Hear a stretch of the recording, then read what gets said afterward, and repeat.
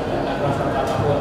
Selanjutnya penerangan saya untuk mengajak Bapak Ibu berada di sini karena memang pertama saya memiliki tugas untuk mengadakan pengimbasan, seminar pengimbasan terkait dengan budaya positif yang telah kami pelajari di pendidikan guru pembina. Nah, ini cepat saja karena materinya sebenarnya lumayan banyak, jadi kita langsung saja nih. Nah, budaya positif. Sebenarnya apa sih budaya positif? Mungkin saya tidak akan menjelaskan apa itu budaya positif. Namun kita mulai dengan suatu permainan dulu saja. Oh ya, yang akan saya sampaikan, saya lupa. Yang akan saya sampaikan adalah hal berikut, yaitu disiplin positif dan nilai-nilai kebijakan universal. Monggo, Mas, langsung saja saya sampaikan. Kene Mbak Mas. Kene kan kita kene mau dari sini. Malah kita sini. Di sini nggih, di sini enggak apa-apa. Yang dingin di sini loh Bu Mas. Kalau di situ enggak dingin. Enggak di sini.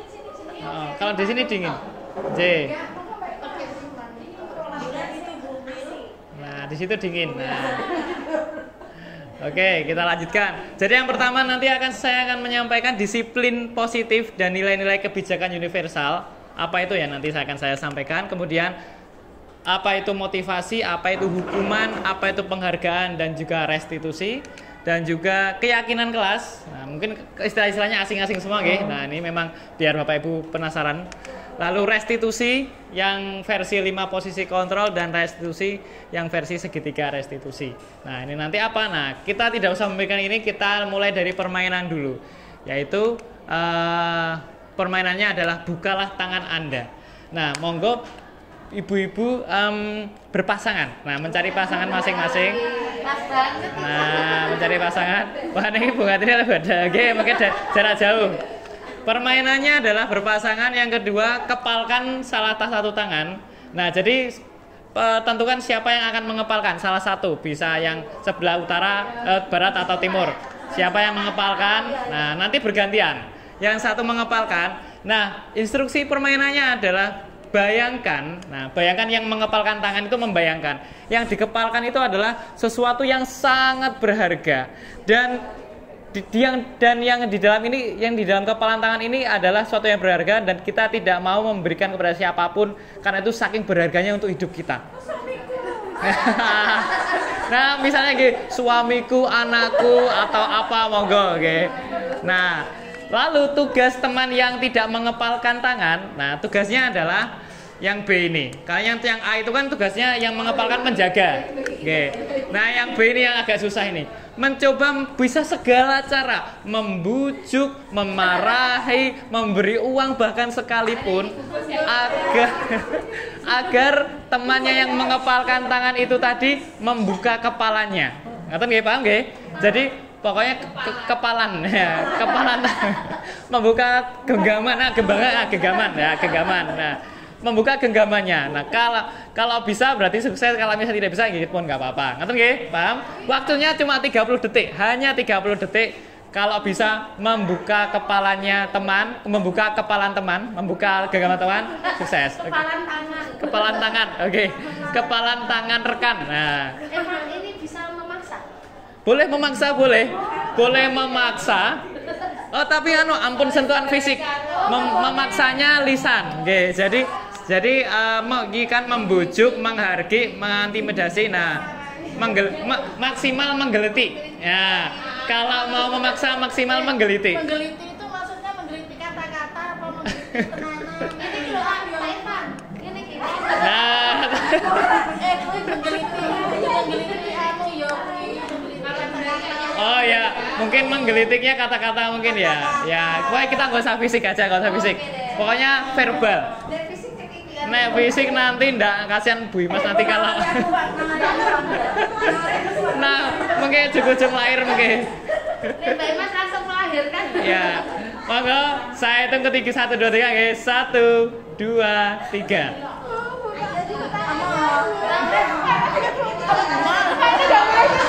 Nggak boleh nyentuh.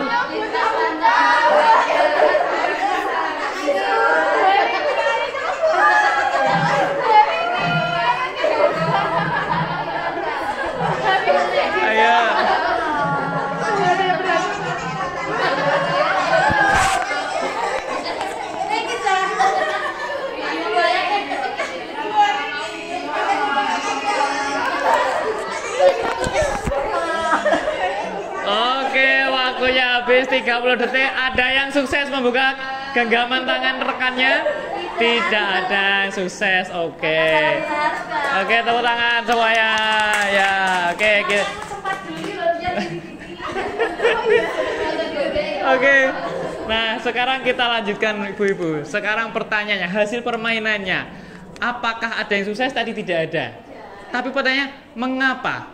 Kira-kira mengapa kok tidak ada yang bisa membuka genggaman tangan temannya? Udah tahu maksud jahatnya dia. Oke, sudah tahu. Oke, karena sudah tahu maksudnya. Oke, ya sudah tahu tujuannya mau apa, mau merebut. Oke. Merebut. Ada yang lain mungkin? Selain karena sudah tahu maksudnya, kira-kira kenapa kok tidak bisa membuka kepalan tangan itu tadi? Karena terlalu berharga. Prinsipnya kuat. Betul, pendirian kuat. Apalagi selain itu ada lagi? Barang berharga itu lepas dari Oke. Ya, betul sekali. Kalau yang ini memang jawabannya macam-macam, sesuai versi masing-masing. Nah, yang kita skip yang ketiga. Nah, dalam kegiatan ini sesungguhnya siapa yang memegang kendali terhadap genggaman tangan itu tadi? Nah, kira-kira apakah yang memiliki tangan atau yang meminta untuk membuka genggaman tangan? Yang memiliki, betul sekali. Nah, inilah yang ingin kami sampaikan terhadap murid-murid kita, bahwa apapun yang kita miliki sendiri, itu semua yang memiliki kontrol adalah diri kita sendiri, bukan orang lain. Nah, kita lanjutkan. Nah, inilah yang dinamakan teori kontrol atau control theory atau yang mana sekarang berubah menjadi choice theory. Yang mana ini dikemukakan oleh Dr. William Glasser, beliau seorang psikiater dan juga pendidik. Nah, beliau membahas hal ini dan beliau juga mengadakan beberapa penelitian yang mana beliau meluruskan beberapa miskonsepsi tentang makna kontrol. Nah, apa itu? Nah, mari kita bahas yang berkaitan dengan tadi. Nah, tadi kan kita sudah mencoba, ada yang membujuk, menggelitik, tidak berhasil. Nah, begitu juga dengan murid kita sebenarnya. Ketika kita memaksa murid, kowe iki kudu ngene iki, kowe iki kudu ngene dan kudu sinau, kudu ABCD. Tapi kalau murid itu tidak mau, ya tidak akan pernah bisa. Contoh yang mungkin sudah yang paling parah misalnya anak yang sudah keluar dari sekolah kita, disuruh sekolah kayak gimana pun, dibujuk apapun, ya nggak mau sekolah, ya nggak mau, akhirnya memilih pindah ke sekolah tetangga misalnya, ngoten nggih. Nah, pertama ini guru mengontrol murid ini ternyata adalah ilusi. Kita sebagai guru tidak bisa mengontrol murid menurut William Glasser. Nah, guru tidak bisa memaksa murid jika murid tidak memilih untuk tidak melakukannya. Pertama itu. Yang kedua, walaupun tampaknya guru sedang mengontrol perilaku murid, tapi yang sebenarnya itu terjadi adalah itu misalnya pun kita berhasil itu karena murid akhirnya mau mengizinkan. Iya. Entah itu karena terpaksa, entah itu karena mau dengan sungguh-sungguh. Itu ternyata. Lalu saat kita berhasil itu tadi, itu merupakan bentuk kontrol guru yang menjadi kebutuhan dasar yang dipilih murid tersebut. Kenapa murid bisa nurut? Karena mungkin murid itu akhirnya sadar bahwa itu merupakan kebutuhan dasarnya. Nah, sehingga kesimpulannya adalah semua perilaku memiliki tujuan. Bahkan terhadap perilaku yang tidak disukai. Nah, ngerti nih Bapak Ibu. Jadi teori kontrol itu berkata seperti itu, bahwa semua perilaku yang kita lakukan, yang murid lakukan, yang guru lakukan itu pasti ada tujuannya. Bahkan termasuk yang tidak disukai sekalipun. Entah tujuannya untuk biar guru senang, ataukah tujuannya kalau misalnya kita biar kita senang mungkin, misalnya seperti itu. Walaupun kita tidak suka sebenarnya. Nah, lalu ilusi yang kedua. Ilusi yang kedua adalah semua penguatan positif, semua hal-hal yang positif itu efektif dan bermanfaat, namun ternyata tidak. Ini hanya ilusi. Maksudnya bagaimana? Memang penguatan positif dan bujukan ini merupakan bentuk-bentuk kontrol. Misalnya tadi membujuk, ayo tak paringi apa misalnya. Itu salah satu bentuk kontrol. Tapi ternyata itu tidak efektif Bapak Ibu. Segala usaha untuk mempengaruhi murid agar mengulangi suatu perilaku, untuk melakukan suatu usaha itu juga untuk mengontrol murid tersebut. Dan dalam jangka waktu tertentu, kemungkinan murid akan menyadarinya. dan mencoba untuk dan bisa juga menolak bujukan kita. Atau bisa jadi murid itu tergantung pada kita. Misalnya kita bujuk, murid itu mau, tapi bisa jadi malah tergantung oleh bujukan kita. Nah, ini teorinya Dr. William Glasser. Jadi intinya adalah semua yang penguatan positif itu tadi itu tidak semuanya efektif dan bermanfaat.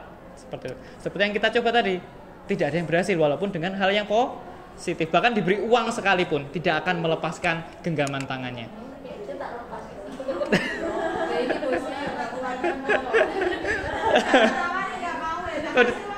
Ditawari uang nggak mau, enggak, makanya itu kan berharga, ini berharga dalam hidupku. Iya, tidak bisa diuangkan, betul sekali. Nah, ilusi yang ketiga, Dr. William Glasser berkata bahwa kritik dan membuat orang merasa bersalah itu dapat menguatkan karakter. Ternyata tidak. Jadi kalau kita mengkritik dan membuat orang merasa bersalah, itu ternyata tidak bisa menguatkan karakter. Kenapa? Karena ketika kita mengkritik untuk mengontrol murid, itu hanya akan membuat murid hanya merasa bersalah, memiliki identitas bahwa mereka itu orang yang gagal. Seperti itu. Lalu mereka juga akan merasa buruk terhadap diri mereka. Mereka juga akan mengembangkan dialog diri yang negatif. Wah, aku ki yo bodoh yo, aku ki salah terus, aku ki nanti disalahke terus, aku ki mengono iki wis salah wae, arep dadi wong apik salah, percuma dadi wong apik, salah wae terus dadi wong elek. Misalnya, nah, nggih, Abro tuh sempat ngomong kayak gitu ke saya. Saya tuh salah terus, Pak. Wah, tapi saya memangnya bener po. Ya memang saya tanya gitu nggak bisa jawab juga dia. Tapi ternyata iya. Terus kadangkala sulit bagi guru untuk mengidentifikasi bahwa mereka sedang melakukan perilaku ini tadi. Karena memang seringkali guru menggunakan suara halus untuk menyampaikan pesan negatif. Ya, kadang-kadang seperti itu kita menggunakan suara yang halus, maksudnya halus dalam tanda kutip, bukan yang halus beneran, tapi yang tidak mengancam. Kadang-kadang seperti itu. Nah, lalu yang keempat, ilusi bahwa orang dewasa memiliki hak untuk memaksa. Ini pun juga ternyata tidak benar. Kenapa? Karena banyak orang dewasa yang percaya bahwa memiliki tanggung jawab untuk murid berbuat hal-hal tertentu. Tapi ternyata kita tidak bisa sekedar memaksa seperti itu saja. Dan apapun yang dilakukan dapat diterima selama ada kemajuan berdasarkan sebuah pengukuran kinerja. Itu kan yang selama ini kita pikirkan. Dan pada saat itu pula orang dewasa akan menyadari bahwa perilaku memaksa tidak akan efektif jangka waktu panjang. Mungkin jangka waktu pendek kita memaksa bisa, tapi jangka waktu panjang tidak bisa. Dan bisa membuat hubungan permusuhan antar manusia, antar siswa. Ternyata seperti itu. Nah, beliau lalu ada juga ilmuwan yang bernama Stephen R. Covey berkata bahwa bila kita ingin membuat kemajuan perlahan sedikit, kita tuh cukup mengubah sikap atau perilaku kita. Tapi kalau kita ingin merubah cara utama kita yang besar, perubahan besar, kita perlu mengubah kerangka berpikir kita, mengubah bagaimana cara kita melihat dunia, mengubah bagaimana cara kita berpikir tentang manusia, termasuk paradigma kita. Intinya semuanya seperti revolusi mental. Nah, mungkin Bapak Ibu pernah mendengar revolusi mental. Nah, itulah cara kita untuk berubah secara masif. Jadi tidak hanya sekedar sikap atau perilaku kita. Nah, ini adalah perbedaan antara teori stimulus respon dan teori kontrol yang baru saja kita bahas tadi. Yang baru saja kita bahas tadi adalah teori kontrol, yang mana ini merupakan update. Ini merupakan pengembangan dari stimulus respon. Mungkin kalau dulu waktu kita kuliah sempat kita belajar behavioristik, yang mana penelitian tikus diberi makan. Nah, ketika diberikan bel, tikus itu langsung mendekat. Tapi ketika tidak ada makanan, walaupun dibunyikan bel, dia tetap mendekat karena dia menghafalkan itu tadi, stimulus itu tadi. Nah, namun kita sebagai guru ternyata sudah tidak bisa menggunakan teori stimulus respon ini. Kenapa? Karena kita tidak akan mendidik anak sebagai seekor tikus atau seekor pegawai atau pekerja yang hanya diberi seperti ini, lalu jalankan. Lalu mereka tidak berpikir apa-apa. Seperti yang saya sampaikan dulu bahwa sekarang zamannya artificial intelligence, industri 4.0, semua harus serba berpikir kreatif. Sudah tidak era industri. Mungkin ini cocok untuk era industri. Pegawai pabrik cocok. Tapi kalau untuk zaman sekarang, pabrik sudah digantikan oleh robot. Sehingga kita harus berpikir bahwa realitas kebutuhan kita berbeda. Lalu setiap orang memiliki gambaran yang berbeda. Kita berusaha memahami pandangan orang lain tentang dunia. dan semua perilaku memiliki tujuan. Lalu hanya kita sendiri yang bisa mengontrol diri kita, bukan orang lain. Nah ini, kita tidak bisa mengontrol orang lain, dan kolaborasi konsensus menciptakan pilihan-pilihan baru. Dan dalam teori kontrol ini kita berpikir menggunakan model berpikir menang-menang, win-win solution, tidak berpikir menang kalah. Jadi semuanya enak, istilahnya seperti itu. Nah sekarang coba kita biar tidak terlalu blenger, coba kita kembali lagi ke diri kita lagi. Bila di sekolah kita tidak ada aturan, tidak ada surat teguran bagi pegawai yang sering datang terlambat, atau tidak ada atasan yang memberikan penghargaan untuk yang pegawai yang tepat waktu, gasi, kira-kira apakah kita akan tepat waktu mengajar murid-murid kita? Ya. Oke, bagus. Ya, memang sebaiknya seperti itu. Karena memang ini berkaitan dengan motivasi kita tadi. Motivasi dari dalam diri. Bukan karena penghargaan, bukan karena hukuman, bukan karena presensi misalnya seperti itu. Nah, inilah yang ada di dalam diri kita. Pertanyaan selanjutnya. Sebagai seorang pendidik, saat ini misalnya Bapak Ibu menghadiri pelatihan di luar, misalnya pelatihan dari dinas. Apa motivasi yang membuat kita mengikuti hal tersebut? Yang ini mungkin nggak usah dijawab dari dalam diri aja. Dijawab dalam diri aja, oke, ini ya. Dijawab dalam diri aja nggak apa-apa. Apakah hadir karena tidak mau ditegur oleh panitia atau pengawas atau kepala sekolah? Ya. Ini versi pertama, menghindari ketidaknyamanan dan menghindari hukuman. Kalau misalnya ada yang seperti ini berarti kita motivasinya ini menghindari hukuman atau ketidaknyamanan. Okay. Atau yang jenis kedua, kita ingin dilihat dan dipuji oleh teman kita. Ya, biar diberi penghargaan kepala sekolah atau pengawas, biar dianggap berprestasi. Maka berarti kita jenis yang kedua, biar mendapatkan imbalan atau penghargaan dari orang lain. Atau yang ketiga, ingin menjadi pembelajar sepanjang hayat, menjadi orang yang berusaha bertanggung jawab, menghargai diri sendiri, menjadi teladan untuk murid, dan menjadi teladan guru lain di lingkungan kita. Nah, jika ada yang seperti ini, berarti Bapak Ibu masuk dalam menghargai nilai-nilai kebajikan diri sendiri. Oke. Nah, jadi ini tidak usah dijawab nggak Pak, yang dijawab dalam hati. Oke. Entah 1, 2, dan 3, karena ini yang paling penting bukan jawabannya, tapi untuk selanjutnya. Nah, kira-kira dari ketiga jenis tersebut yang mendasari perilaku murid-murid kita itu yang mana dalam bertindak? Ketika murid itu datang gasi, ketika murid itu piket, ketika murid itu belajar di kelas dengan tenang misalnya. Nomor 1, takut dihukum, takut dimarahi.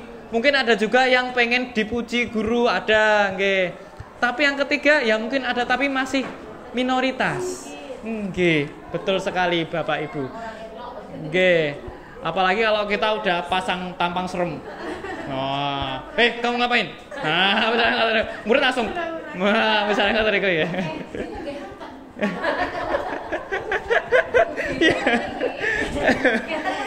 Oke. Kayak standar. Oke, nah. Itu ternyata murid kita masih mayoritas nomor 1, baru nomor 2, baru nomor 3, urut Bapak Ibu.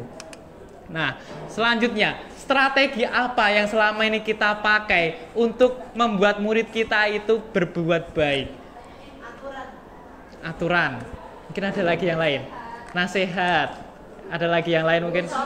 Pujian, contoh baik, model, teladanan. Ada lagi yang lain mungkin? Ya itu aja nggak mungkin. Nah, sekarang coba kita gali. Bagaimana sih caranya biar efektif? Karena sampai saat ini apakah sudah sukses kita untuk membentuk yang ketiga itu tadi, motivasi yang ketiga?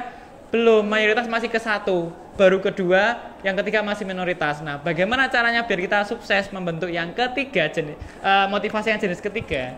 Nah, sebelumnya kita harus tahu dulu teori motivasi, hukuman, dan penghargaan, serta restitusi. Apa itu? Nah, Bapak Ibu, manusia siapapun itu memiliki 3 motivasi perilaku. Yang pertama, nih Diane Gaussen dalam bukunya menyatakan bahwa perilaku manusia itu yang pertama untuk menghindari ketidaknyamanan. Yang tadi sudah kita bahas, biar nggak dihukum. Yang kedua, biar dipuji. Yang ketiga, karena memang dia sendiri ingin menjadi orang yang mereka inginkan, menghargai diri sendiri, karena dia paham yang terbaik itu seperti ini. Inilah yang ketiga ini yang akan kita cari di murid kita.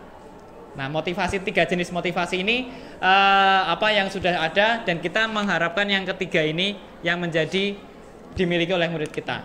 Nah, sekarang tujuan dari disiplin positif adalah menanamkan motivasi jenis yang ketiga. Nah, bagaimana caranya? Langsung saja kita skip. Nah, bagaimana caranya? Yang pertama mungkin kita mulai dari kasus dahulu. Terbaca nggak dari belakang? Nah, coba dibaca dulu sejenak. Dilalah ini pelajaran matematika ini. Niki kula namung niki kebetulan Bu Linda dan Bu Tia. Tapi namanya Pak Seno kok.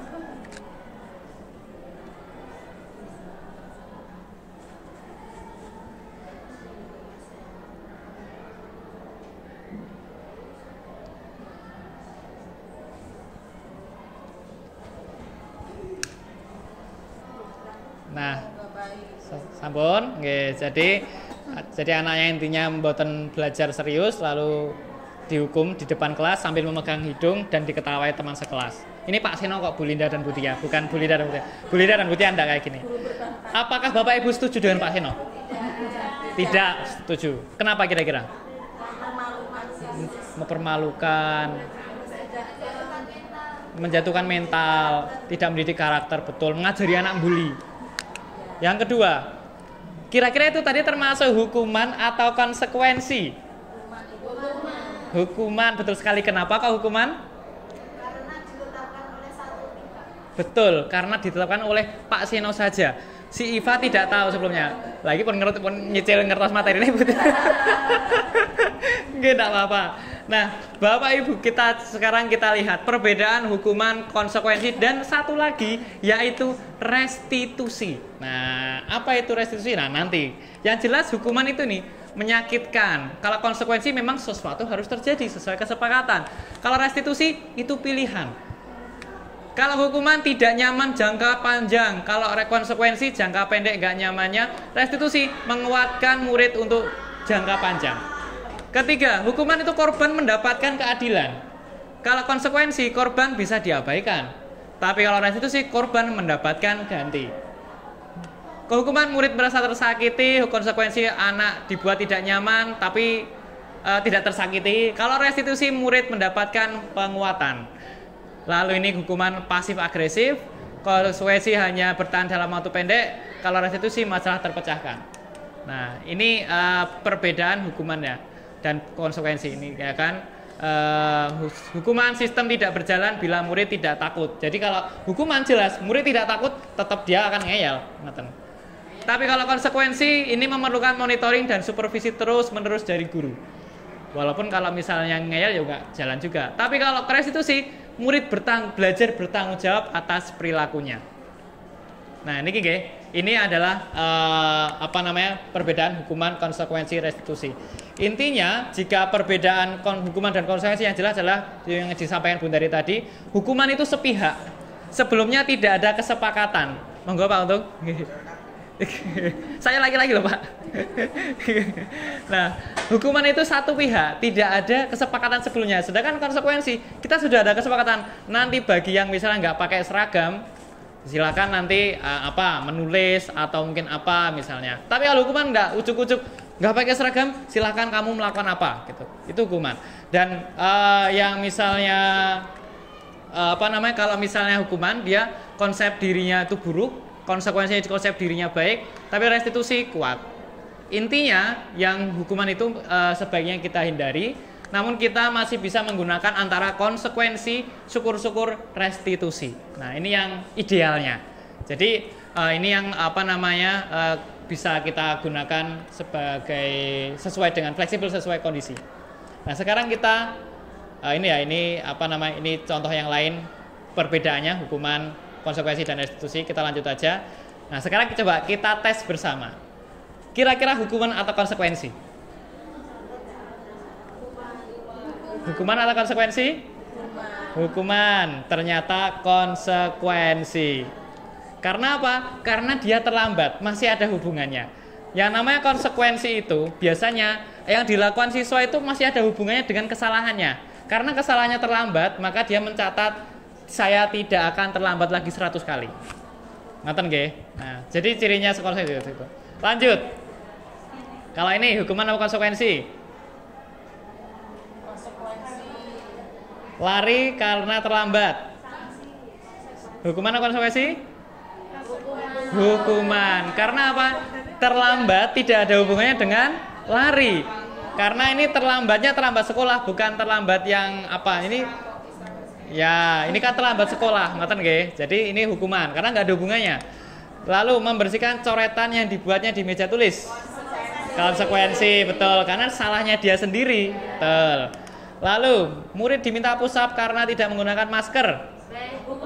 Hukuman, nggak ada hubungannya nggih, masker sama push up, betul. Oke, ya betul kenapa? Lanjut.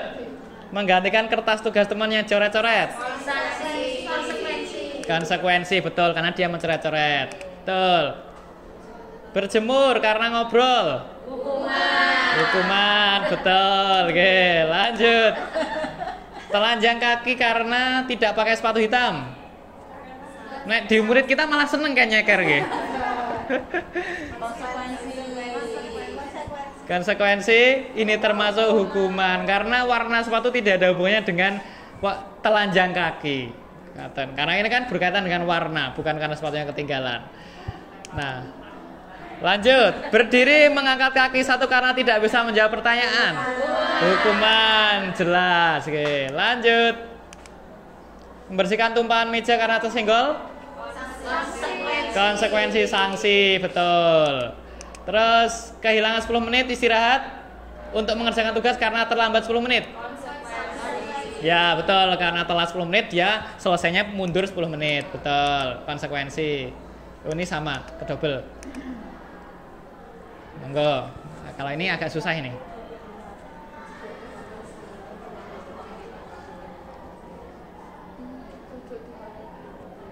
Ya, duduk di pinggir lapangan pas istirahat. Dia nggak boleh main sama guru piket soalnya mencederai teman saat bermain. Konsekuensi, betul. Terlambat 15 menit jadi tinggal 15 menit. Konsekuensi lagi. Nah, ini terakhir. Konsekuensi. Nah, kalau ini baru konsekuensi karena pelajarannya PJ. Oka memang ada hubungannya dengan olahraga. Karena dia terlambat, mungkin kan harusnya dia udah mendapatkan keringat berapa tetes misalnya. Terlambat ya, dia harus push up. Nah, masih masuk. Dan ini kan 10 menit bukan push up, mohon maaf, lari mengelilingi lapangan. Nah, lari mengelilingi lapangan. Oh, ada satu lagi, membersihkan WC. Hukuman, betul, tidak ada hubungannya nggih mematahkan pensil dengan. Nah, itu tadi perbedaan hukuman dan konsekuensi. Nah, sekarang Bapak Ibu, selama ini mungkin kita berpikir bahwa penghargaan itu sesuatu hal yang baik. Tapi ternyata saat kita berulang kali menjanjikan hadiah kepada anak agar berperilaku bertanggung jawab atau kepada seorang murid yang percaya hal baru, itu ternyata itu sama saja dengan kita berasumsi mereka tidak dapat melakukannya. Ternyata seperti itu. Nah, ini mungkin Bapak Ibu kok iso mosok ngono. Biasanya kayak hadiah itu malah mereka semangat nonton nggih. Nah, memang ini perlu kita cerna pelan-pelan. Bagaimana maksudnya? Nah, ini Alfikon mengemukakan bahwa penghargaan maupun hukuman merupakan cara untuk mengontrol perilaku seseorang yang menghancurkan potensi untuk pembelajaran yang sesungguhnya. Menurutnya, tindakan belajar itu sendiri adalah penghargaan sesungguhnya.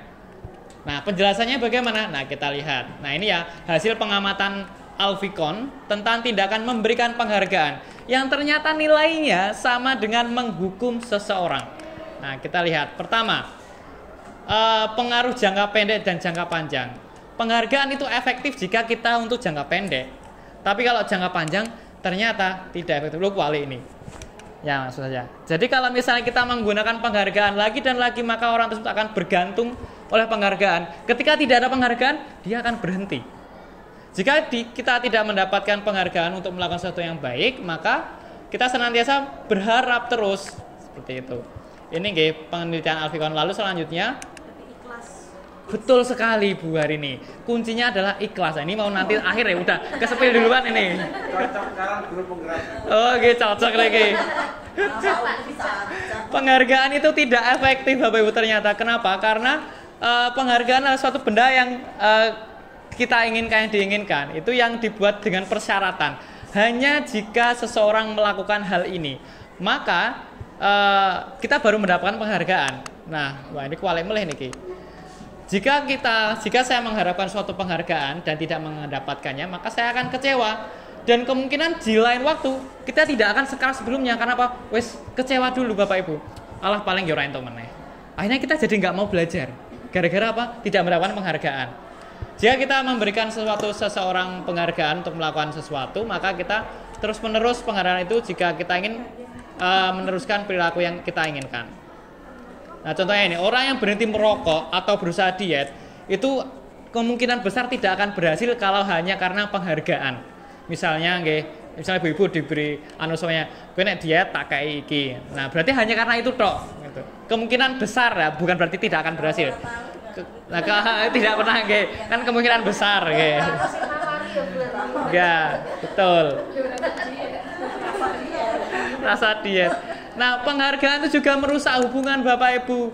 Karena apa? Jika tidak diberi, karena gagal, akhirnya hubungannya menjadi kan tadi kan ada kecewa nggih, wah aku apa ora entuk dae entuk kedae apa merasa pilih kasih atau mungkin merasa bahwa ora fair kudune aku sing menang. Akhirnya merusak hubungan antar satu sama lain, antar sesama siswa bisa merusak hubungan.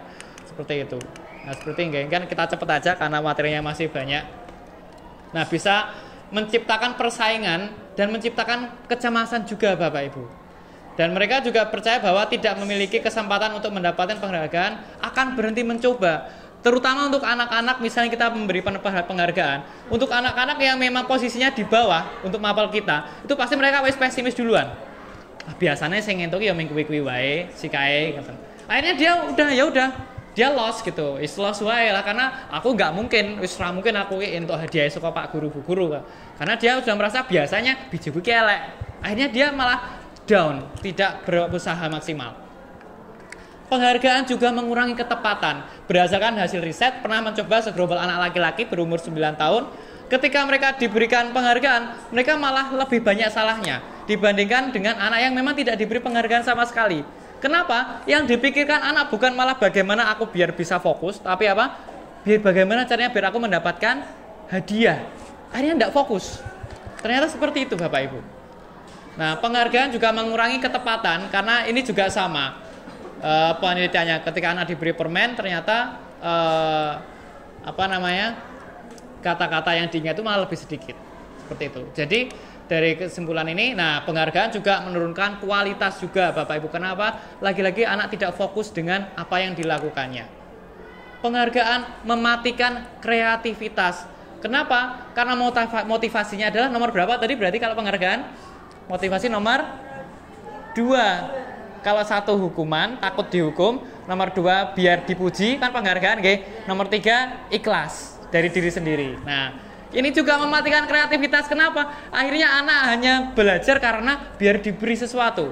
Nah, jadi ini hati-hati mungkin kita sebagai orang tua, misalnya anak kita ranking, kita beri penghargaan, mungkin harus hati-hati. Karena apa? Anak-anak mikirnya hanyalah aku ranking ben entuk hadiah, ben entuk HP anyar, biar dapat motor baru misalnya seperti itu. Iki nggih. Nah, mungkin saya skip aja biar cepat. Nah, inilah yang paling penting, motivasi dalam diri. Nah, saat seorang anak belajar untuk pertama kali, nah, serta menyadari bahwa ia dapat membaca, timbul pijar matanya dan sebuah senyuman di wajahnya. Anak tersebut begitu gembira bahwa ia telah mempelajari dan menguasai suatu keterampilan baru. Nah, inilah sesungguhnya yang sudah menjadi penghargaan. Jadi penghargaan yang terbaik itu Bapak Ibu adalah penguasaan yang dimiliki oleh siswa itu sendiri. Siswa belajar bahasa Inggris. Ketika dia bisa ngomong sama bule, itulah penghargaan yang paling berarti untuk dia. Bukan uang dari saya, bukan hadiah barang dari saya atau pujian dari saya, tapi ketika dia bisa ngomong dengan bule, itu sudah merupakan penghargaan sebenarnya. Dan itu memang sesuai dengan apa yang dilakukannya. Ya, boleh Pak Le. Jika kita memberikan penghargaan kepada seorang anak pada saat sedang merasa bangga terhadap pencapaiannya sendiri, maka kita akan mengambil kegembiraan saat itu yang sedang dirasakan secara alamiah. Kenapa? Karena sudah mungkin ngeten, misalnya saya memberikan hadiah sama anak ketika dia gara-gara dia bisa ngomong sama bule. Dia euforianya itu teralihkan oleh hadiah yang saya berikan. Padahal euforia dia yang paling tepat itu adalah dia bisa ngomong dengan bule. Nah, akhirnya mengisruhkan istilahnya mengecohkan, betul sekali. Nah, tadi kita sudah belajar tentang 3 jenis motivasi. Kita sudah membedakan apa itu hukuman, apa itu konsekuensi. Nah, bagaimana caranya biar anak itu bisa memiliki motivasi yang ikhlas itu tadi Bapak Ibu. Nah, langkah pertama adalah keyakinan kelas. Apa itu keyakinan kelas? Nah, kenapa kok tidak peraturan kelas saja? Kenapa kok kita tidak menerapkan peraturan kelas? Kembali ke satu sisi dalam keyakinan atau satu kesepakatan gitu kan Bersama nggih. bikin bersama. Oke, baik. Nah, kita mulai dari menjawab pertanyaan lagi Bapak Ibu, biar tidak satu arah. Mengapa keyakinan kelas? Mengapa tidak peraturan kelas saja? Sekarang mungkin Bapak Ibu pernah pirsa. Kita naik motor menggunakan helm. Kenapa, Bapak Ibu? Ya. Biar tidak masuk angin. Biar tidak ada polisi. Tapi kan pada dasarnya aturan dari pemerintah itu membuat wajib helm itu kan karena keselamatan. Ngoten nggih Bapak Ibu. Oh, ben boten mabur nggih, leres. Ben boten keliliben nggih. Yang kedua, mengapa kita memiliki peraturan penggunaan masker dan mencuci tangan zaman Covid kemarin? Biar tidak disuruh pulang lagi. Yang kan tentunya kan kenapa aturannya pada dasarnya kan untuk kesehatan dan keselamatan. Nah, sekarang kita jawab lagi pertanyaan berikut ini. Nah, nilai-nilai keselamatan atau kesehatan inilah yang kita sebut sebagai keyakinan. Yang mana tadi keyakinan kelas. Kenapa kok enggak ke peraturan? Karena itu merupakan hal yang kita percayai kalau keyakinan itu. Suatu hal yang kita yakini. Aku yakin bahwa kalau aku pakai helm, aku akan aman. Sehingga tanpa ada polisi pun, saya akan menggunakan helm. Mungkin tadi misalnya, aku yakin aku kalau pakai helm jilbabku tidak akan mabur gitu. Walaupun tanpa polisi saya pakai helm, kenapa? Saya butuh jilbab saya tidak terbang, mabur gitu. Itu keyakinan, betul. Itu keyakinan dan itu datang dari diri sendiri, tidak ada orang lain yang mengintervensi. Iya, betul, memang betul, Bu. Kalau saya misalnya, yang saya kalau sering keliliben, kalau saya nggak pakai helm itu keliliben, karena kacamata malah membuat saya keliliben. Nah, keyakinan seseorang akan lebih memotivasi seseorang dari dalam. Inilah yang mungkin tadi sebenarnya tidak jauh beda dengan kalau di agama kita ikhlas, ngoten nggih. Nah, seseorang akan lebih tergerak dan bersemangat untuk menjalankan keyakinannya daripada sekedar mengikuti peraturan tertulis.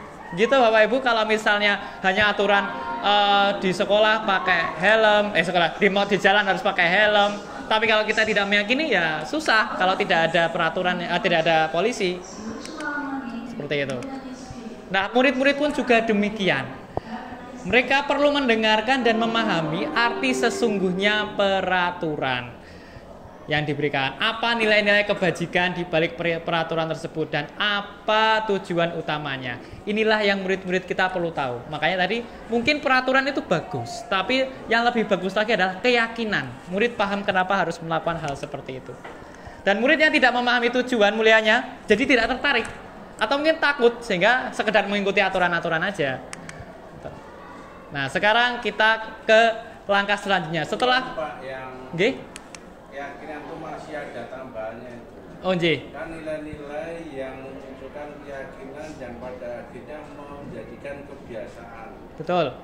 Yang mana anaknya jadi patuh, hormat dan bertanggung jawab. Oh, nggih.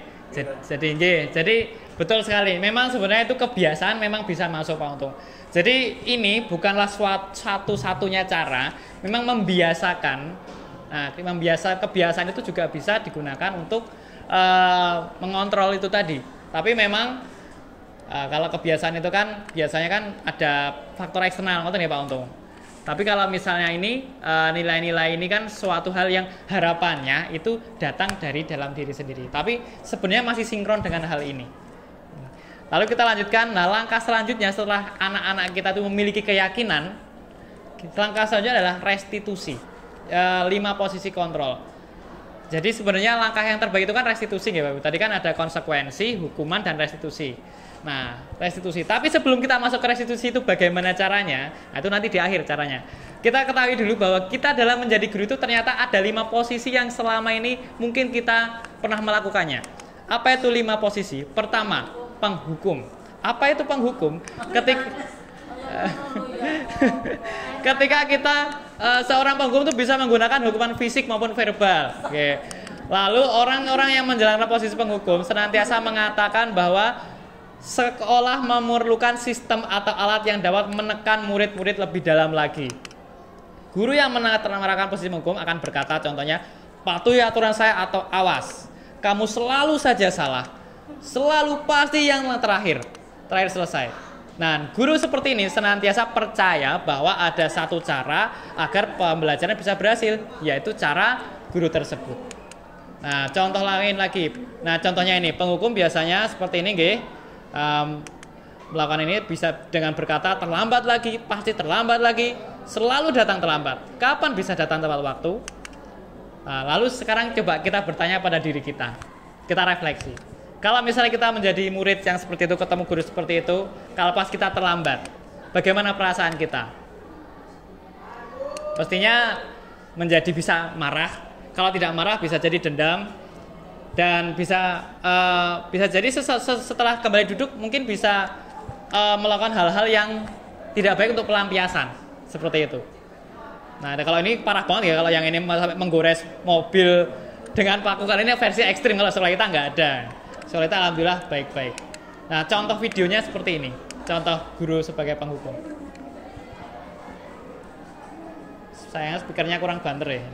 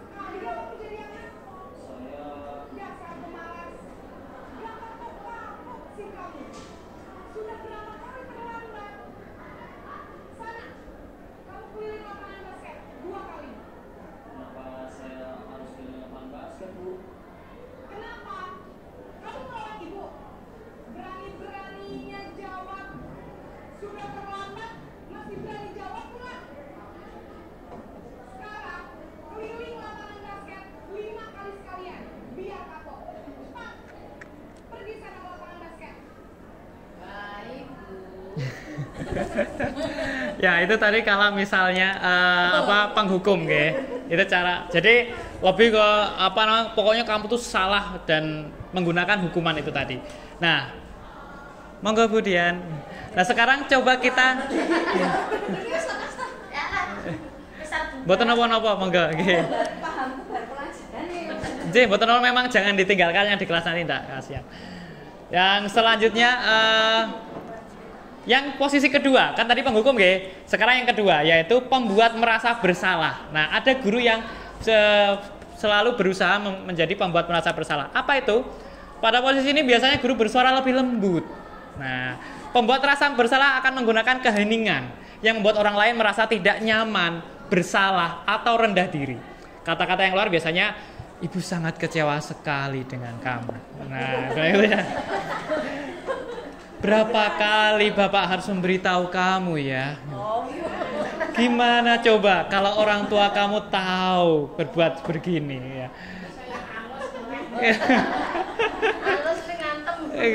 Ini jadi betul, ini itu halus, tapi itu sajane itu enggak. Posisi ini murid akan memiliki penilaian diri yang buruk tentang diri mereka. Murid merasa tidak berharga, telah mengecewakan orang-orang yang disayanginya. Pembuat merasa bersalah menggunakan suara yang memelas, halus, sedih, bahasa tubuhnya merapat pada anak lesu. Contohnya, adik kamu ini bagaimana ya? Kamu sudah berjanji dan seterusnya, kata niku. Nah, kira-kira perasaan ibu, perasaan guru, murid bagaimana kalau diperlakukan seperti ini? Nah, murid akan merasa bersalah, merasa bersalah kenapa mengecewakan orang tua, gurunya, merasa menjadi orang yang gagal, tidak sanggup membahagiakan orang lain. Dan kadangkala ternyata sifat seperti ini bisa lebih berbahaya dari penghukum, Bapak Ibu. Bisa lebih, kenapa? Karena emosi itu tadi tertanam rapat di dalam, ya untuk orang-orang tertentu ya mungkin tidak semua. Ada mungkin yang ngelehke ya mungkin juga ada, tapi kebanyakan anak menjadi merasa bersalah dan itu bisa mengganggu mentalnya karena apa? Menahan suatu hal yang tidak baik. Introvert apalagi nggih. Dan tidak seperti murid dalam posisi penghukum, kalau yang ini tidak bisa menumpahkan amarahnya walaupun dengan cara yang negatif. Jadi bisa menyakiti diri sendiri malahan kalau yang seperti ini. Contohnya seperti ini.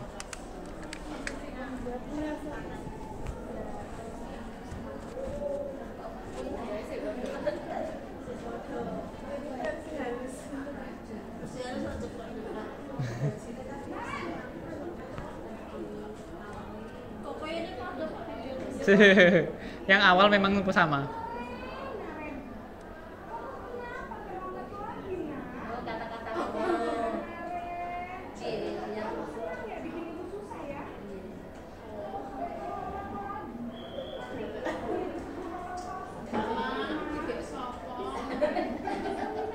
Sini gini siapa ayo?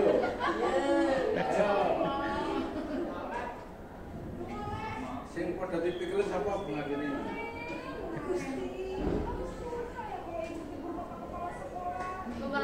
Nah, membelas.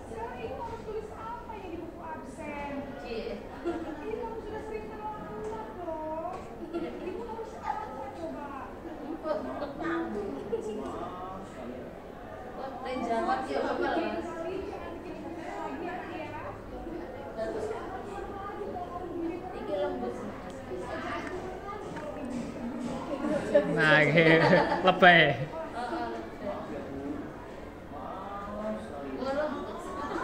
Nah, kan terlihat guys, anak itu menjadi merasa bersalah dan dia nggak bisa apa-apa, katanya merasa aku tuh gagal, orang yang gagal. Nah, sekarang posisi yang ketiga, mungkin ada di antara kita yang kalau seperti ini, tapi saya jarang melihat, tapi ada mungkin teman, guru memposisikan diri sebagai teman, yaitu guru posisi ini tidak akan menyakiti murid, tapi malah mengobrol santai seperti temannya melalui persuasi.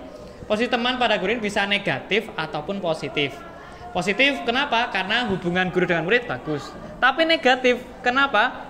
Karena ini kan murid menjadi tidak belajar hal yang benar itu bagaimana. Dan guru di posisi ini akan menggunakan hubungan baik dan humor untuk mengaruhi murid tersebut. Contohnya, ayo bantulah demi Bapak ya. Ayo ingat tidak bantuan Bapak selama ini. Ya sudah, kali ini nggak apa-apa. Nanti Ibu bantu bereskan. Jadi santai seperti teman. Dan hal negatif ini seperti yang saya sampaikan ini tadi, hal negatifnya kalau misalnya guru tidak mau membantu, maka siswa menjadi kecewa. Siswa akan merasa berkata, saya pikir Bapak atau Ibu teman saya. Dan murid yang merasa dikecewakan tidak akan mau lagi berusaha karena tidak paham apa nilai yang harus dilakukannya, hal-hal yang harus dilakukannya. Dan hal lain yang mungkin timbul adalah murid menjadi hanya bertindak untuk guru itu aja, tidak untuk guru yang lain. Jadi maunya manut hanya untuk guru itu, yang lain nggak mau. Dan jadi mungkin kita harus hati-hati juga kalau ada guru manutnya cuma sama kita, sama guru yang lain nggak mau. Nah mungkin kita harus evaluasi juga mungkin tuh. Contohnya seperti ini. Nggak mau.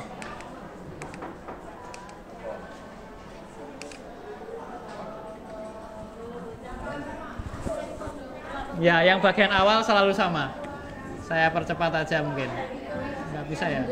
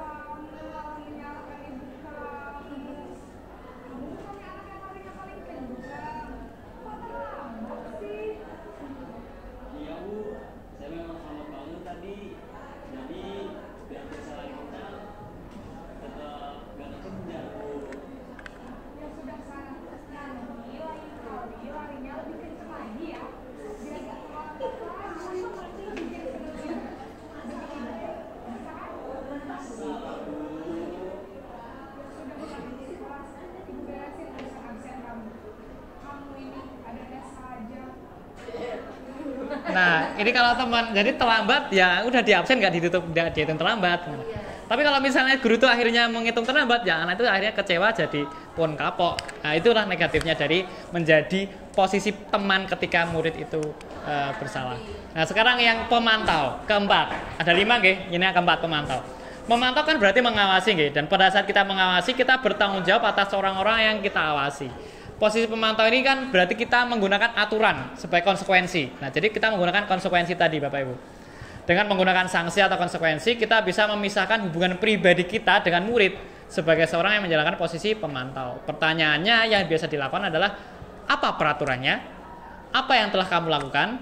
Sanksi atau konsekuensinya apa? Nah, ini kan jadi kita tidak menghukum, tapi anak sendiri yang mengetahui hukumannya apa, karena sudah ada peraturan sebelumnya. Nah, seorang pemantau sangat mengandalkan penghitungan catatan atau data yang dapat digunakan sebagai bukti atas perilaku seseorang. Posisi ini biasanya menggunakan bisa stiker, slip, catatan, daftar cek. Dan posisi pemantau ini berasal dari teori stimulus respon atau behavioristik tadi, yang menunjukkan bahwa tanggung jawab guru dalam mengontrol murid. Nah, perasaan murid bagaimana? Ya, bisa merasakan hasilnya konsekuensi harus dijalankan karena telah melanggar aturan, ya cuma itu aja. Dan guru tidak menunjukkan suatu emosi biasanya. Marah atau bersuara salah juga tidak, datar kalau misalnya pemantau. Mungkin ini yang banyak di kita nggih. Tapi ini sebenarnya tidak jelek-jelek kok, tidak jelek-jelek amat kalau ini. Dan murid dibuat tidak nyaman jelas karena merasa harus melakukan konsekuensi, dan guru tetap harus memantau saat mengerjakan aktivitasnya. Contohnya seperti ini.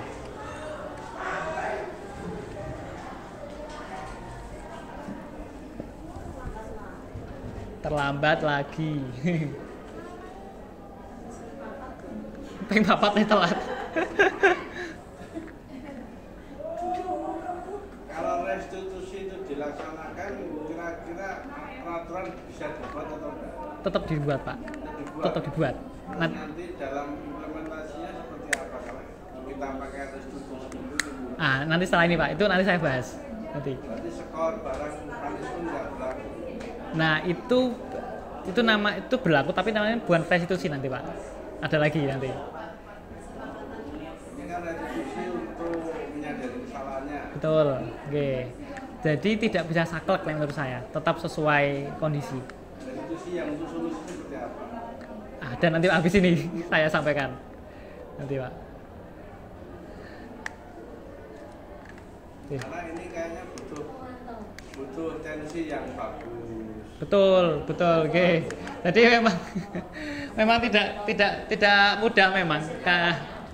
Nah, nanti habis ini saya sampaikan cara restitusi dan penerapannya nanti di akhir endingnya. Nah, sekarang saya sampaikan jenis-jenisnya.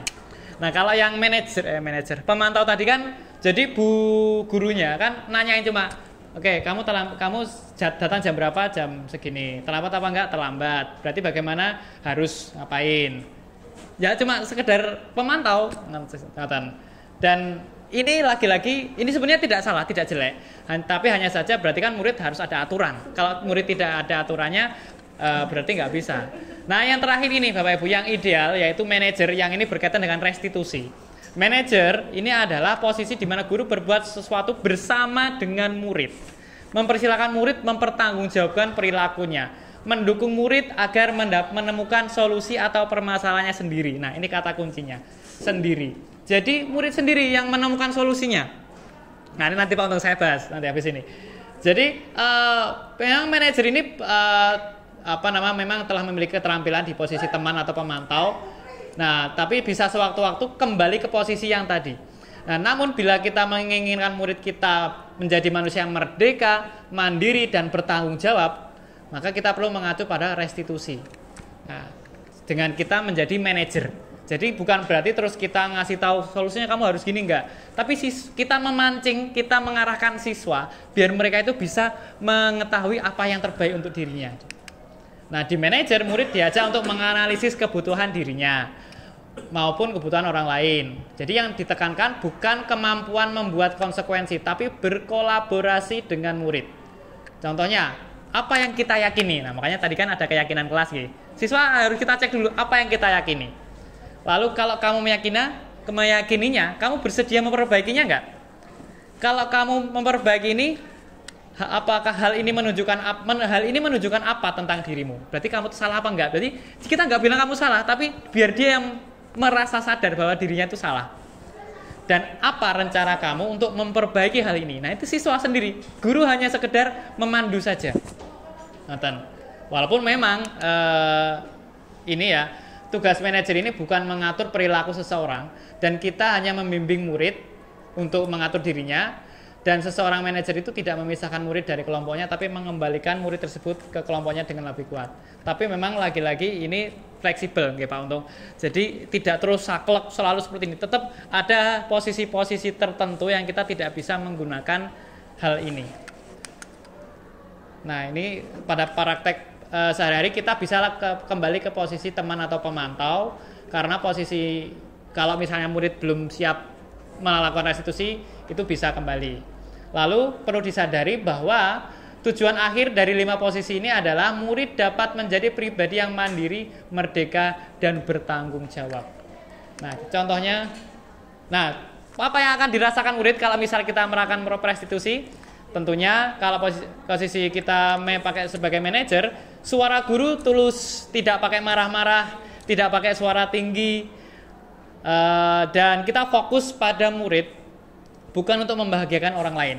Dan murid sudah mengetahui adanya suatu masalah dan sesuatu perlu terjadi. Jadi ini yang harus kita tekankan. Jadi kita fokusnya pada solusi, bukan pada salahnya murid. Oke, fokusnya bukan apa salahmu, tapi apa solusimu biar tidak salah lagi. Itulah manajer.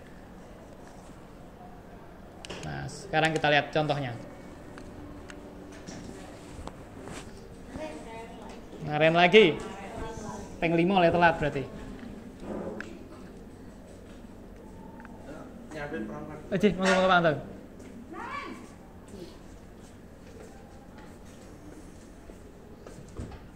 Pagi Bu. Naren, apa peraturan sekolah kita tentang jam berapa kita harus masuk sekolah, Nak? Kita harus di sekolah jam 7, Bu. Iya betul, sekarang sudah jam 7.20. Naren sudah tahu konsekuensinya jika terlambat hadir? Paham, Bu. Saya harus tinggal kelas pas jam istirahat selama 20 menit. Iya benar, konsekuensinya demikian. Jadi nanti jam 9.30. Nah, ini masih manajer, kamu harus tinggal di kelas, kerjakan tugas kamu. Masih pemantau, maaf. Ya. Baik, Bu. Posisi pemantau mengandalkan. Ini saya ngekatnya kurang tepat ini. Ini sama dengan yang tadi nggih? Nah, yang manajer itu ini. Nah, maaf tadi saya salah. Oke. Nah, ini yang manajer yang ini. Selamat pagi Naren. Maaf, Bu. Saya terlambat. Nah, ini yang manajer. Ya, sekolah masuknya jam 7, sekarang sudah jam 7.20. Jadi sekarang bagaimana ini, Naren? Maaf, Bu. Saya lupa setel alarm saya semalam. Baiklah, menurut kamu, keyakinan sekolah yang mana yang perlu kamu tingkatkan?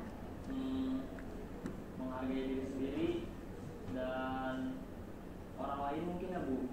Setuju. Jadi, apakah Naren meyakini prinsip saling menghormati tersebut? Ini keyakinan. Saya meyakininya. Apakah Naren bersedia memperbaiki masalah keterlambatan ini? Bersedia, Bu. Bagaimana kamu akan perbaiki masalah keterlambatan ini? Saya akan coba untuk tidak lupa menyetel alarm saya, Bu. Baik, kalau Naren lupa menyetel alarm di rumah, ada orang yang kira-kira bisa bantu mengingatkan tidak? Ada, Bu. Kakak saya, Kak Emma. Ada lagi selain Kak Emma? Selain Kak Emma, ada ibu saya. Baik, jadi yang mengingatkan Naren adalah Kak Emma dan ibu kalian. Kira-kira akan mulai set alarm kapan nih, Naren? Setelah pulang sekolah, akan segera saya lakukan. Baik, jadi Naren akan setel alarm untuk bangun besok pagi dan akan diingatkan oleh kakak dan ibu dan Naren ya. Ada lagi yang mungkin perlu dilakukan, Naren? Agar tidak terlambat bangun lagi. Tidak ada, Bu. Baik, Naren. Terima kasih untuk kerjasama kamu. Sekarang kamu perlu kembali ke kelas untuk belajar. Baik, Bu. Terima kasih. Baik, itu tadi restitusi. Nah, bagaimana langkahnya? Ini terakhir nih, Bapak. Cara melakukan restitusi secara lebih detail, yaitu dengan melakukan segitiga restitusi, alias ada 3 langkah yang kita gunakan biar kita bisa melakukan restitusi. Yaitu yang pertama, menstabilkan identitas. Yang kedua, memvalidasi tindakan yang salah. Dan yang ketiga, menanyakan keyakinan. Nah, makanya dibilang segitiga karena ada 3 sisi itu tadi. Yang pertama, langkah yang harus kita lakukan untuk bisa melakukan restitusi. Menstabilkan identitas itu bertujuan untuk mengubah identitas anak dari yang awalnya orang gagal karena melakukan kesalahan menjadi orang yang sukses. Tapi memang ini kita harus memastikan dulu siswa merasa bersalah dulu. Kalau misalnya anaknya tuh ngeyel, saya nggak salah kok Bu. Nah, berarti kita belum bisa mulai ke sini. Ya, jadi ini ada tambahan catatan. Memang tidak saya tulis karena kebanyakan nanti. Jadi ini kita harus memastikan anak tuh sadar dulu kalau dia salah. Biasanya terlambat, itu kan jelas jamnya telat. Tapi kalau misalnya anak tuh gelut misalnya, lah dia duluan Bu, nah, gitu misalnya dia yang mulai, ya itu nggak bisa. Kita harus menyadarkan, menenangkan emosi anak-anak. Baru kalau sudah tenang kita masuk. Kira-kira tadi gimana? Salah nggak? Misalnya itu. Nah, kalau misalnya anak sudah merasa paham bahwa dia salah, dia harus kita bisa berkata, kita harus menstabilkan identitas kita dengan berkata, berbuat salah itu tidak apa-apa. Tidak ada manusia yang sempurna. Saya juga pernah melakukan kesalahan seperti itu. Bapak atau Ibu tidak tertarik mencari siapa yang salah, tapi Bapak Ibu ingin mencari solusi dari permasalahan ini. Atau kamu berhak merasa seperti itu. Apakah kamu sedang menjadi teman yang baik buat dirimu sendiri? Nah, jadi kita berusaha mengvalidasi emosi kalau di bahasa psikologinya. Gitu. Jadi untuk apa fungsinya? Secara ilmu psikologi ini berfungsi untuk agar anak itu tenang dulu. Karena kita tidak akan mungkin memberikan nasihat kepada anak ketika anak itu masih emosi, ketika anak itu masih tensinya tinggi, ketika anak itu tidak suka dengan kita. Jadi pertama kita tidak bilang kalau itu perbuatan yang baik loh, tetap enggak. Kita tidak bilang kalau salah tapi tidak. Tapi salah itu wajar karena setiap manusia pasti pernah melakukan kesalahan. Yang paling penting itu adalah berusaha untuk menjadi orang yang benar. Nah, itu yang pertama kali kita lakukan. Yang kedua, validasi tindakan yang salah. Setelah anak sudah mulai turun tensinya, sudah mulai merasa tidak diintimidasi. Nah, setiap tindakan kita itu kan pasti ada tujuannya, Bapak Ibu. Nah, kalau kita memahami kebutuhan dasar yang mendasari sebuah tindakan, kita akan bisa menemukan cara-cara yang paling efektif. Dan biasanya guru menyuruh anak untuk menghentikan sikap yang tidak baik sesuai teori kontrol itu tidak akan manjur. Kalau jika cuma bilang, "Wes siswa aja ngono kuwi meneh." Biasanya tidak manjur karena anak merasa alarm saya juga punya. Ya, anak tidak akan merasa sadar juga. Nah, restitusi tidak menyarankan guru bicara ke murid bahwa melanggar aturan adalah sikap yang baik. Tetap tidak, tetap bukan sikap yang baik. Tapi dalam restitusi, guru harus memahami alasannya. Siswa melakukan suatu hal pasti ada alasannya. Entah itu alasan yang baik ataupun bukan. Ada yang memang ada kebutuhan, ada yang sekedar keinginan. Nah, itu memang kita harus pahami dulu. Nah, validasi tindakan yang salah itu contohnya adalah misalnya seorang siswa melakukan kesalahan, nah kita bisa bilang, padahal kamu bisa melakukannya yang lebih buruk dari ini ya. Kamu pasti punya alasan mengapa melakukan hal itu. Atau kamu patut bangga pada dirimu sendiri karena kamu telah melindungi sesuatu yang penting buatmu. Kamu boleh mempertahankan sikap itu, tapi kamu harus menambahkan sikap yang baru. Nah, validasi tindakan salah ini intinya adalah kita mencoba memposisikan diri kita sebagai murid. Kalau misalnya kita tuh melakukan kesalahan itu, biasanya itu karena apa? Jadi kita tidak terus langsung mengintimidasi. Jadi masih proses mengeleremkan murid. Nah, lalu yang ketiga baru kita mulai masukkan hal-hal yang baik. Kita menanyakan keyakinan. Teori kontrol menyatakan bahwa pada dasarnya semuanya itu termotivasi secara internal.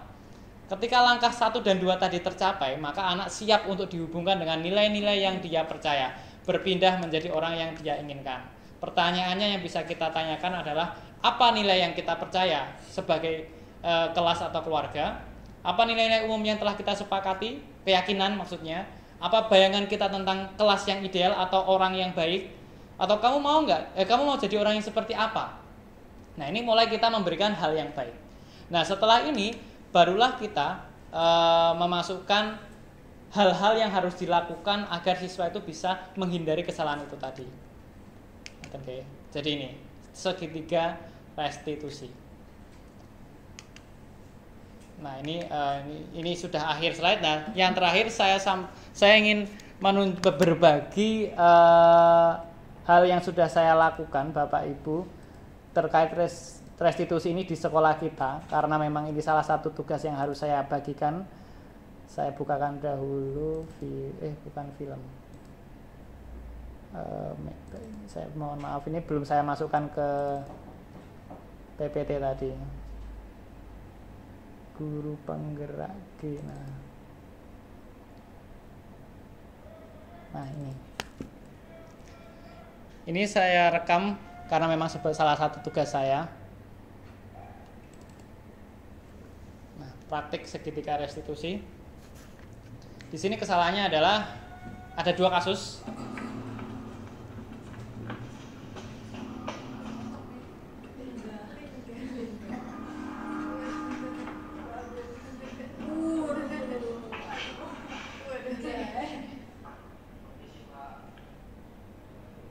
Ya, Lingga. Sini.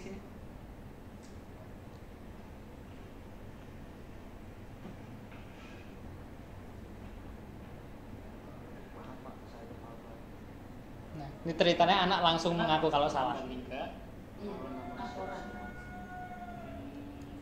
Siap-siapnya terlalu lama. Memang manusia itu tempatnya salah dan dosa ini.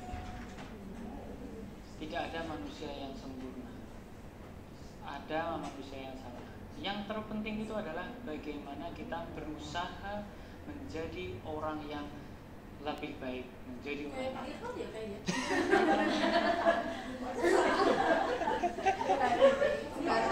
yang berusaha cepat mungkin sebenarnya ya. Cuma ternyata masih terlalu lama. Yang terlambat.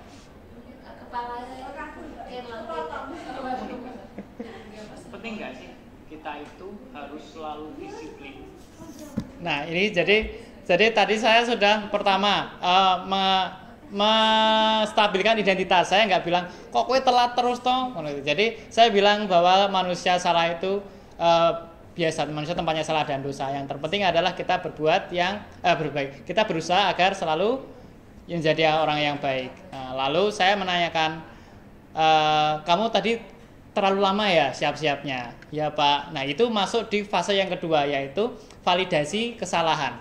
Fase yang ketiga saya bertanya, apa penting enggak kita itu harus menjaga nilai ketertiban dan manajemen waktu? Nah, saya menanyakan nilai-nilai penting enggak? Sebenarnya walaupun sebenarnya yang benar itu anak yang menjawab, bukan saya yang ngomong penting enggak, tapi kira-kira apa yang kamu yakini terkait kesalahan ini? Nah, baru Lingga harusnya bilang saya harus ketertiban dan disiplin misalnya. Cuma kadang-kadang anak kalau misalnya belum kita berikan keyakinan, karena ini kan ceritanya saya belum membuat keyakinan kelas. Nah, saya belum membentuk keyakinan kelas apa saja yang perlu diyakini, maka saya pancingnya dengan cara seperti ini. Nah, memang penting. Dalam kamu terlambat. Saya skip. Memang yang bisa kamu coba berencana. Terus habis itu apalagi selain itu? Nah, lalu selanjutnya saya menanyakan solusi kepada Lingga. Apa cara biar kamu tidak telat lagi? Nah, saya menanyakan sampai akhirnya Lingga bertanya tentang apa? Lingga bisa paham apa cara yang bisa digunakan agar tidak terlambat. Lalu kasus kedua adalah ras, jadi gitu ya Lingga. Nah, kasus kedua.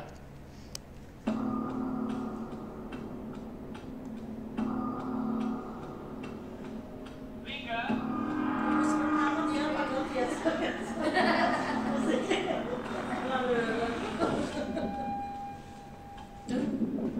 Lingga, kamu kok naik sepeda di area sekolah? Iya Pak, maaf karena saya buru-buru masuk kelas Pak. Kamu buru-buru masuk kelas? Kamu minta maaf kenapa? Salah Pak. berarti kamu sadar kalau salah ya Lingga. Ya, memang tidak semua orang itu selalu menjadi orang yang benar. Pasti ada saja orang yang melakukan kesalahan. Tapi Lingga, saya pun juga sadar kalau mungkin kamu merasa. Nah, itu tadi yang berarti fase yang menstabilkan identitas. Jadi nggak nyala-nyalain. Jadi mencoba untuk Sama yang tadi ya? Oke, masih sama. Jadi ini masih menstabilkan identitas. Lalu baru setelah ini saya memvalidasi kesalahan dengan cara Ada kepentingan, kamu capek juga mungkin ya? Iya, kamu capek kalau jalan ke kelas. Ke kelas.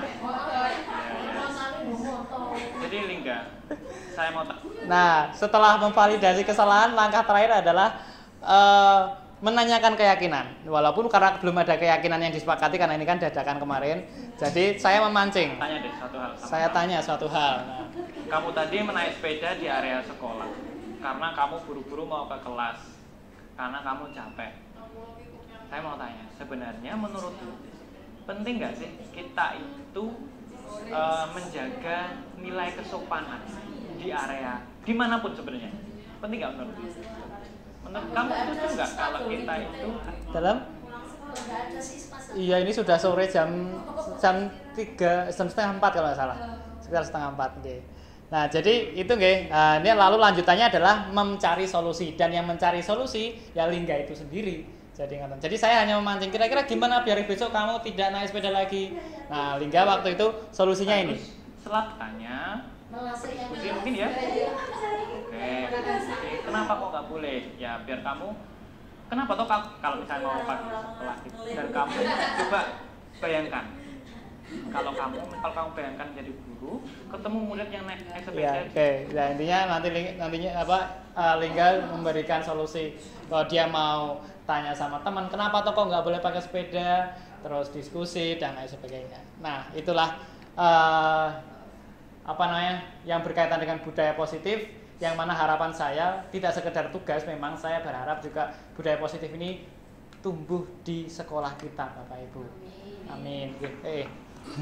Saya tutup dulu. Nah, karena itu, monggo mari kita berusaha untuk bisa menjadi manajer. Dia kadang-kadang jadi pemantau tidak apa-apa, tapi syukur-syukur jadi manajer. Ketika anak yang salah, intinya adalah kembali ke yang dikatakan Bu Harini tadi. Kita membuat anak itu bisa ikhlas melakukan suatu hal, melakukan kebenaran, melakukan hal yang baik. Itulah intinya dari materi ini tadi. Ikhlas. Kalau kita ikhlas, ya kita tidak perlu imbalan. Kita melakukan itu dengan senang hati. Matur nuwun sangat atas partisipasi ini pun Bapak Ibu. Nyuwun ngapunten ini over, nyuwun ngapunten. Mudah-mudahan bisa menjadi amal Bapak Ibu semua dan bisa mensukseskan sekolah kita dan anak.